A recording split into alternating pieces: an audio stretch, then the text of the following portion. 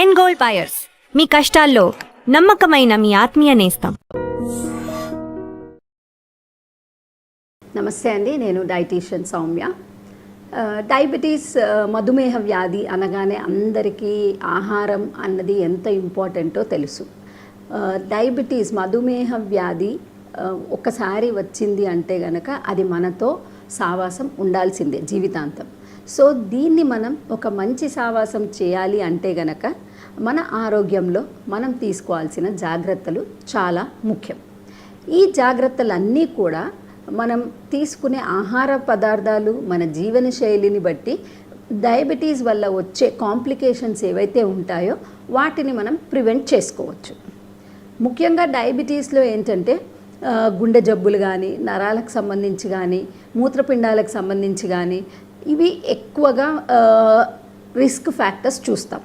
ఒకటి uncontrolled sugars వల్ల ఉండొచ్చు, లేదు డ్యూరేషన్ ఆఫ్ డయాబెటీస్ అంటే చాలా సంవత్సరాలు అయింది షుగర్ వచ్చి కానీ కంట్రోల్ లేదు, లేదా సరిగ్గా మనం మేనేజ్ చేయట్లేదు, ఇలాంటి వాళ్ళకి మనం కాంప్లికేషన్స్ ఎక్కువగా చూస్తాం. సో ఈ డయాబెటీస్ వాళ్ళు ఎలాంటి ఆహారం తినాలి అన్నది ఎప్పుడు ఒక పెద్ద క్వశ్చన్ మార్క్. అన్నీ మనకి తెలుసు, అన్నీ చాలా వాటిల్లో చూస్తూ ఉంటాము, కానీ ఎప్పుడు ఒక కన్ఫ్యూజన్ అన్నది ఉంటుంది. అంటే టూ మచ్ ఆఫ్ ఇన్ఫర్మేషన్ వల్ల కూడా మనకి కొంచెం కన్ఫ్యూజన్ అన్నది ఎక్కువగా ఉంటుంది. సో ఇప్పుడు మనం ఇక్కడ ఫ్రూట్స్ గురించి చూద్దాం. జనరల్గా డయాబెటీస్ అనగానే పండ్లు తినొద్దు అన్నది ఒక కాన్సెప్ట్ ఉంటుంది. ఎందుకు తినొద్దు, ఏమి తినాలి అన్నది మనం చూద్దాం. సో డయాబెటీస్లో ఫ్రూట్స్ అసలు తినొచ్చా తినకూడదా? పండ్లు చాలా మంచి ఆహార పదార్థం. అది దాంట్లో ఉన్న డిఫరెంట్ కలర్స్ ఏవైతే ఉంటాయో, ఆ రంగురంగులు ఏవైతే ఉంటాయో ఇవన్నీ కూడా ఫైటో ఆక్సిడెంట్స్ అంటాము, ఫైటోకెమికల్స్ అంటాం. ఈ ఫైటోకెమికల్స్ ఏవైతే ఉన్నాయో ఇవన్నీ కూడా మన శరీరంలో రోగ నిరోధక శక్తిని పెంచుతుంది, ప్లస్ మనకి సెల్యులర్ లెవెల్లో అయ్యే డ్యామేజ్ని తగ్గించడానికి హెల్ప్ చేస్తుంది. సో ఈ ఇంత విలువైన పదార్థాలు ఉన్న, పోషకాలు ఉన్న పండ్లను ఈ మధుమేహ వ్యాధి ఉన్నవాళ్ళు తీసుకోవాలా వద్దా? సో మధుమేహ వ్యాధి ఉంది కదా, వీళ్ళకి కొన్ని మాత్రమే రెస్ట్రిక్టెడ్ ఉంటాయి, అన్ని పండ్లు మానేయాల్సిన అవసరం లేదు. ముఖ్యంగా గ్లైసెమిక్ ఇండెక్స్ అని ఉంటుంది, అంటే మనం తిన్న వెంటనే మన షుగర్ని పెంచేస్తుంది, బాడీలో శరీరంలో ఉన్న షుగర్ వాల్యూస్ అన్నది పెంచుతుంది. సో ఈ glycemic index, glycemic load medium కానీ లో కానీ ఉన్న పండ్లని మనం తీసుకోవచ్చు. ఇవి ఎందులో ఉంటుంది అంటే, ఒకటి quality and quantity of the పండు కూడా ఇక్కడ రోల్ ప్లే చేస్తుంది. సో జామకాయ, బొప్పాయి, కర్బూజా, పుచ్చకాయ, తర్వాత కివి, డ్రాగన్ ఫ్రూట్, ఇలాంటివన్నీ కూడా గ్లైసెమిక్ ఇండెక్స్ మీడియం టు లోలో ఉంటాయి. సో ఈ ఫ్రూట్స్ మనం తీసుకోవచ్చు. పుచ్చపండులో గ్లైసెమిక్ ఇండెక్స్ అన్నది తక్కువ ఉంటుంది, కానీ గ్లైసెమిక్ లోడ్ ఎక్కువగా ఉంటుంది. సో అందుకని ఈ పుచ్చపండును మాత్రం మనం లిమిట్గానే తినాలి. ఆ మాటకి వస్తే ఏ పండు కూడా మనము 100 to 150 గ్రామ్స్ని దాటకూడదు. ముఖ్యంగా మంచిగా ఆహారం తిని లాస్ట్లో మళ్ళీ స్వీట్ టచ్ లాగా ఈ ఫ్రూట్స్ని ఎప్పుడైతే తింటామో అప్పుడు మన షుగర్ ఎక్కువ పెరిగిపోతుంది. సో అందుకని ఫ్రూట్స్ తినచ్చు, తినడానికి ఆరోగ్యానికి చాలా మంచిదే. కాకపోతే timing, quantity, quality 3 important. So మనం ఇన్ బిట్వీన్ స్నాక్ లాగా ఎప్పుడైతే తీసుకుంటామో అప్పుడు అవి మన శరీరంలో చాలా విటమిన్స్, మినరల్స్, ఈ ఫైటోకెమికల్స్, యాంటీ ఆక్సిడెంట్స్ ఇవన్నిటిని మన శరీరంలో పెంచుతుంది. సో వీటిని మనం 11 o'clock స్నాక్ లాగా కానీ, ఈవినింగ్ 4-5 o'clock స్నాక్ లాగా కానీ తీసుకుంటే ఆరోగ్యానికి చాలా మంచిది. అసలు ఫ్రూట్స్, షుగర్ ఉన్న వాళ్ళు ఏ ఫ్రూట్స్ తినకూడదు. అరటి, మామిడి, సపోటా, సీతాఫలం, పనస, వీటిని ద్రాక్ష, ఈ 6 పండ్లు మాత్రం అయినంతవరకు తీసుకోకుండా ఉంటేనే మంచిది. వీటిల్లో మనకి గ్లైసెమిక్ లోడ్ ఎక్కువగా ఉంటుంది, గ్లైసెమిక్ ఇండెక్స్ కూడా ఎక్కువగా ఉంటుంది. అంటే వీటిని మనం ఎక్కువగా తినడం వల్ల షుగర్స్ పెరిగే ఛాన్సెస్ ఎక్కువగా ఉంటుంది. చాలా మటుకు మనం చూస్తామండి, మ్యాంగో సీజన్ అవ్వగానే హాస్పిటల్ రద్దీ పెరుగుతుంది. ఎందుకు అంటే మ్యాంగో సీజన్లో చాలామంది మ్యాంగో రెసిస్ట్ చేయడం కష్టం, మామిడి పళ్ళు రెసిస్ట్ చేయడం చాలా కష్టం. సో దాంట్లో మామిడి పండు సీజన్లో బాగా మామిడి పళ్ళు తినేసి షుగర్స్ బాగా పెంచేసుకొని మామిడి పళ్ళు సీజన్ అయిపోగానే హాస్పిటల్కి వచ్చేస్తారు. సో మనం మామిడి పండు తినాలి అనుకుంటే కూడా అది మితంగా తీసుకుంటే దానివల్ల ఎక్కువగా నష్టం జరగదు. కానీ రోజు తింటే అందరిలాగా మళ్ళీ తర్వాత ఈ షుగర్ వాల్యూస్ పెరిగిపోయి ఎక్కువ కంట్రోల్ చేయాల్సిన అవసరం పడుతుంది. సో ఫ్రూట్స్ అన్నవి ఇంపార్టెంటే, పెద్ద పెద్ద ముక్కలుగా కట్ చేసుకొని తీసుకోండి, జ్యూసుల్లాగా తీసుకోవద్దు, అండ్ లిమిట్ క్వాంటిటీ తినాలి. ఈ 3 మనం గుర్తుపెట్టుకుంటే ఇందాక చెప్పిన చాలా వెరైటీ ఆఫ్ ఫ్రూట్స్ మనం మన ఆహారంలో ఇంక్లూడ్ చేసుకోవచ్చు. ఈ ఫ్రూట్స్ అన్నిట్లో కూడా మనకి యాంటీ ఆక్సిడెంట్సే కాకుండా పొటాషియం, మెగ్నీషియం ఇలాంటి విటమిన్స్ కూడా ఉంటాయి. ఇలాంటి మినరల్స్ ఉంటాయి. తర్వాత విటమిన్స్ సి విటమిన్ ఎక్కువగా ఉంటుంది, బి కాంప్లెక్స్ విటమిన్స్ ఉంటాయి. సో అందుకని చెప్పేసి మనం వీటిని నీట్గా కడిగేసి శుభ్రంగా కడిగి కట్ చేసుకొని తింటే కనుక ఆరోగ్యానికి చాలా మంచిది. అండ్ ఇంకొకటి, డయాబెటీస్ ఉన్నవాళ్ళు వీలైనంత వరకు లేదా జనరల్గా కూడా జ్యూస్ చేయకపోవడమే చాలా మంచిది. మనము లిక్విడ్ ఫామ్లో తీసుకుంటే కనుక షుగర్స్ తొందరగా పెరుగుతాయి. సో మనం పండ్లు తినాలి, దాని బెనిఫిట్ రావాలి అనుకుంటే కనుక కొంచెం కొంచెమే తీసుకోవాలి, పండులాగా తినాలి. అండ్ పండ్లలో కూడా మళ్ళీ దానిపైన సాల్ట్ వేయడము లేకపోతే ఇంకేదైనా అడిషన్ చేసుకోవడము ఇవన్నీ చేయకూడదు. పండు న్యాచురల్గా as it is sweet and sir, తీపిగా పుల్లగా ఉంటుంది కాబట్టి అలాగే దాన్ని ఎంజాయ్ చేస్తే, నేచర్ ఇచ్చింది న్యాచురల్గా ఎంజాయ్ చేస్తే అది ఆరోగ్యానికి చాలా బెనిఫిట్ చేస్తుంది. డ్రై ఫ్రూట్స్ గురించి తెలుసుకుందాం. జనరల్గా డ్రై ఫ్రూట్స్ అంటే అందరికీ చాలా ఇష్టం, చాలా రకాలుగా ఉంటాయి. అండ్ వీటిని మనం చిరుతిళ్ళలాగా కూడా తీసుకోవచ్చు. ఆరోగ్యమైన చిరుతిండి ఒకటి ఉంది అంటే కనుక దీన్ని మనం డ్రై ఫ్రూట్స్ అని అనొచ్చు. And most of the dry fruits, చాలా డ్రై ఫ్రూట్స్ ఏంటంటే మినీ న్యూట్రిషన్ బాంబ్స్ అనొచ్చు అనమాట. అంటే చాలా రకాల పోషకాలు దీంట్లో మనకి లభిస్తాయి. ఈ డ్రై ఫ్రూట్స్ చూస్తే కనుక 2 రకాలు ఉంటాయండి.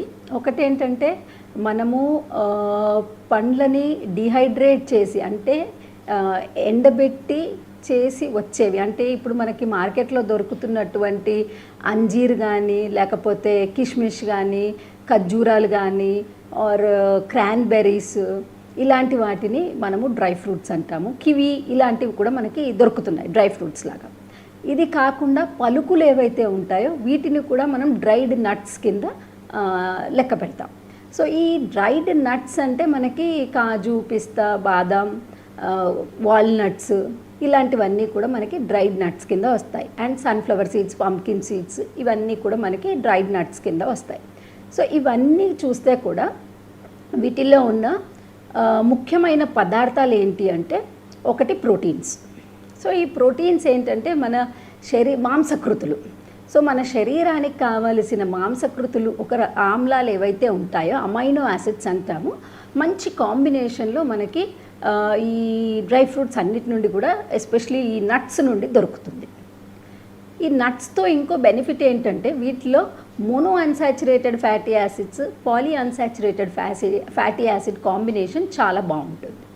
ఇది ముఖ్యంగా మనకి గుండె జబ్బులు తగ్గించడానికి, అంటే ఎన్సిడి అంటాం, నాన్ కమ్యూనికేబుల్ డిసీజెస్, అంటే మన జీవన శైలితో వచ్చే జబ్బులని ఎన్సిడీస్ అంటాం. సో ఈ జబ్బులు మనకు రాకుండా ఉండడానికి కొన్ని ఫుడ్ ఐటమ్స్ కూడా హెల్ప్ చేస్తాయి. అందులో ఒకటి ఈ డ్రై ఫ్రూట్స్ అన్నమాట. సో అలాంటి వాటిల్లో బాదాము, అక్రోట్, సన్ఫ్లవర్ సీడ్స్, పంకిన్ సీడ్స్, పిస్తా ఇలాంటివన్నీ కూడా వస్తాయి.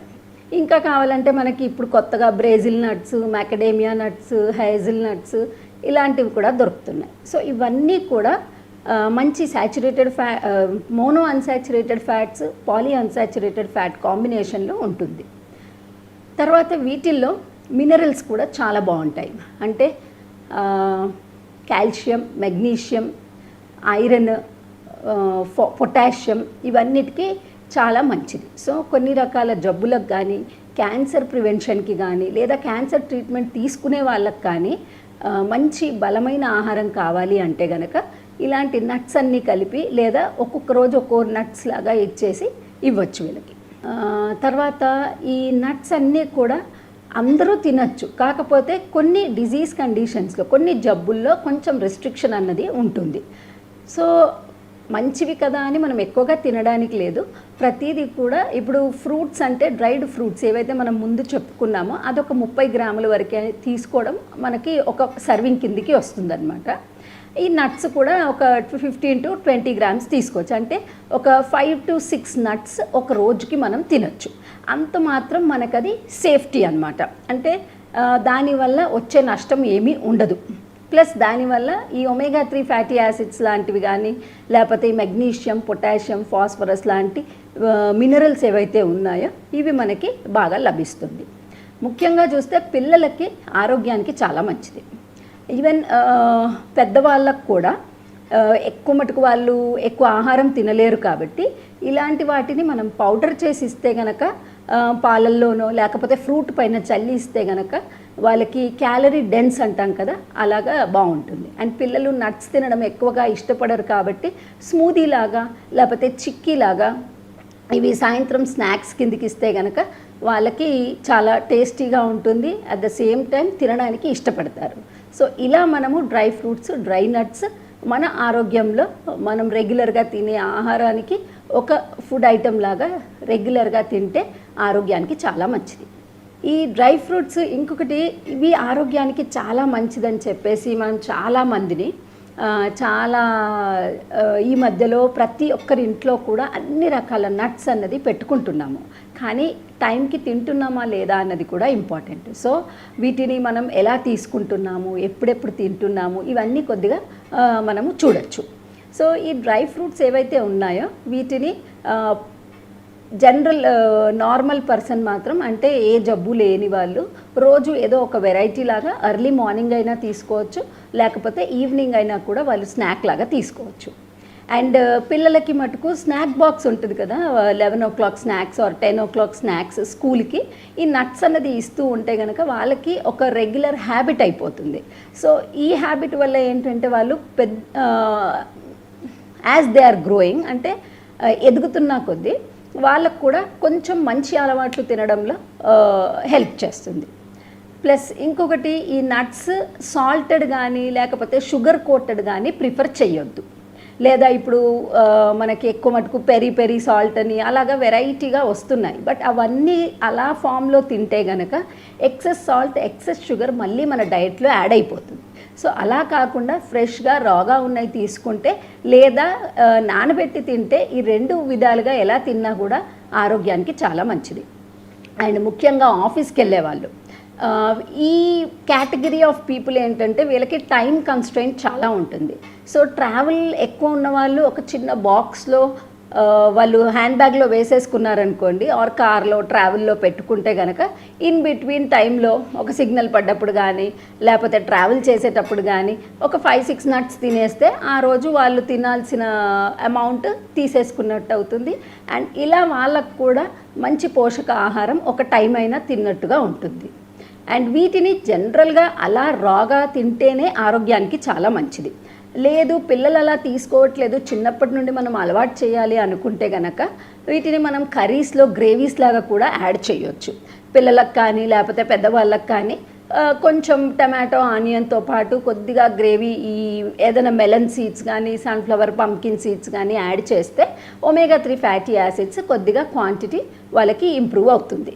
సో ఈ విధంగా మనం ఆరోగ్యమైన ఆహార పదార్థాలని మన రొటీన్ డయట్లో ఇంక్లూడ్ చేస్తే గనక మంచి స్కిన్ టోన్, మంచి హెయిర్ అండ్ కార్డియాక్ డిసీజెస్ లాంటి వాటిని ప్రివెంట్ చేసుకోవడానికి హెల్ప్ చేస్తుంది. డయాబెటీస్ అనగానే, మధుమేహ వ్యాధి అనగానే అందరికీ ఒకలాంటి భయం ఉంటుంది. ఆహారంలో చాలా జాగ్రత్తలు పాటించాలని ఉంటుంది, కానీ అంత ఈజీగా కూడా ఉండదు. ఎందుకంటే ఆహారం మనం చిన్నప్పటి నుండి, మనం పుట్టినప్పటి నుండి మనకు అలవాటైన ఒక పద్ధతి. సో ఆహారంలో మార్పులు అన్నది అంత తేలికగా కూడా ఉండదు. ముఖ్యంగా మన సౌత్ ఇండియాలో వైట్ రైస్ అన్నది, అంటే అన్నం తినలేదు అంటే అది మనం ఉపవాసం కిందే లెక్కేస్తాము, లేకపోతే అసలు ఏమీ తినలేదని కూడా లెక్కేస్తాం. సో ఈ వైట్ రైస్ నిజంగా అంత డేంజరా? వైట్ రైస్ తింటే నిజంగా అంత షుగర్ పెరుగుతుందా? ఇది మనం ఇవాళ వీడియోలో చూద్దాం. సో వైట్ రైస్ అన్నది ఏంటంటే మనకి గ్లైసమిక్ ఇండెక్స్ ఇంతకుముందు వీడియోస్లో చెప్పుకున్నట్టుగా వైట్ రైస్ అన్నది ఏంటంటే మనకి దీంట్లో గ్లైసమిక్ ఇండెక్స్ అన్నది 80 కంటే ఎక్కువ ఉంటుంది. అంటే హై గ్లైసమిక్ ఇండెక్స్ ఫుడ్స్లో వైట్ రైస్ ఒక కాంపోనెంట్ అన్నమాట. సో ఈ వైట్ రైస్ తినడం వల్ల మనకి జనరల్గా షుగర్ అన్నది పెరుగుతుంది. ఇది చాలా స్టడీస్లో కూడా చూసాను. కాకపోతే సౌత్ ఇండియాలో డయాబెటీస్ రిస్క్ ఎంత ఎక్కువగా ఉందో అలాగే వైట్ రైస్ తినకుండా కూడా చాలామంది ఉండలేరు. సో వైట్ రైస్ వల్ల షుగర్ పెరుగుతుంది, దాన్ని మనం ఎలా తీసుకోవచ్చు అన్నది కూడా మనం ఈ వీడియోలో చూద్దాం. అంటే హాని చేస్తుంది, షుగర్ పెరుగుతుంది, కాకపోతే అలవాటును మార్చుకోవడం కూడా కష్టంగా ఉన్న వాళ్ళు చాలామంది ఉంటారు. సో అలాంటి వాళ్ళకి కొన్ని చిన్న ట్రిక్స్ అండ్ టిప్స్ చూద్దాము. వాటి వల్ల వైట్ రైస్ తిన్నా కూడా మనం ఎలా షుగర్ మేనేజ్ చేసుకోవచ్చు అన్నది చూడొచ్చు. సో జనరల్గా వైట్ రైస్ అంటే ఇంతకు ముందు జనరేషన్స్ చూస్తే గనక వాళ్ళకి ఎక్కువ ఇంత పాలిష్ చేసిన బియ్యం ఉండేది కాదు. వాళ్ళు కొంచెం పొట్టుతో తినేవాళ్ళు. సో మనకి ఇప్పుడు బ్రౌన్ రైస్ కానీ లేకపోతే ఇలాంటివి దొరుకుతున్నాయి కదా, అలా తినేవాళ్ళు అనమాట. సో దానితో ఇప్పుడు ఇది కంపేర్ చేస్తే పైన పొట్టంతా వెళ్ళిపోతుంది కాబట్టి దీని గ్లైసమిక్ లోడ్ కూడా పెరిగిపోతుంది. ఇంకొకటి ఏంటంటే అది అంత సాఫ్ట్గా కుక్ అయిపోతుంది కాబట్టి దానివల్ల కూడా మన తిన్న తర్వాత షుగర్ అన్నది ఎక్కువ అయిపోతుంది. సో ఈ తిన్న తర్వాత షుగర్ ఎప్పుడైతే ఎక్కువైతుందో డయాబెటీస్ వల్ల వచ్చే కాంప్లికేషన్ రిస్క్ కూడా అంతే పెరిగిపోతుంది. సో మనం తినే ఆహారంలో మితంగా తినడం ఎంత ముఖ్యమో అందులో ఆ మిత ఆహారంలో కూడా ఎలాంటి పదార్థాలు తింటున్నాము, ఏ కాంబినేషన్లో తింటున్నాం అన్నది కూడా ఇంపార్టెంట్. ఈ మధ్య కాలంలో జరిగిన ఒక స్టడీలో ఏం చూసారంటే వైట్ రైస్ మనం బియ్యం కడిగి ఆ నీళ్ళు తీసేసిన తర్వాత ఆ నీళ్ళు తీసేయడం, గంజిలాగా వార్చుకొని తినడం వల్ల కూడా కొద్దిగా అంతగా షుగర్ పెరగదు. రెండోది రాత్రి వండింది ఫ్రిడ్జ్లో పెట్టేసి నెక్స్ట్ డే తినడం వల్ల కూడా రెసిస్టెన్స్ స్టార్చ్ అన్నది ఇంప్రూవ్ అయ్యి దానివల్ల కూడా మనకి షుగర్ అన్నది అంతగా పెరగదు. కాకపోతే ఈ రెండిట్లో మీరు గమనించాల్సింది ఏంటంటే క్వాలిటీ ఇంప్రూవ్ అవుతోంది కానీ క్వాంటిటీ కూడా ముఖ్యమే. అండ్ ఈ వైట్ రైస్ మనం దేంతో తింటున్నాం?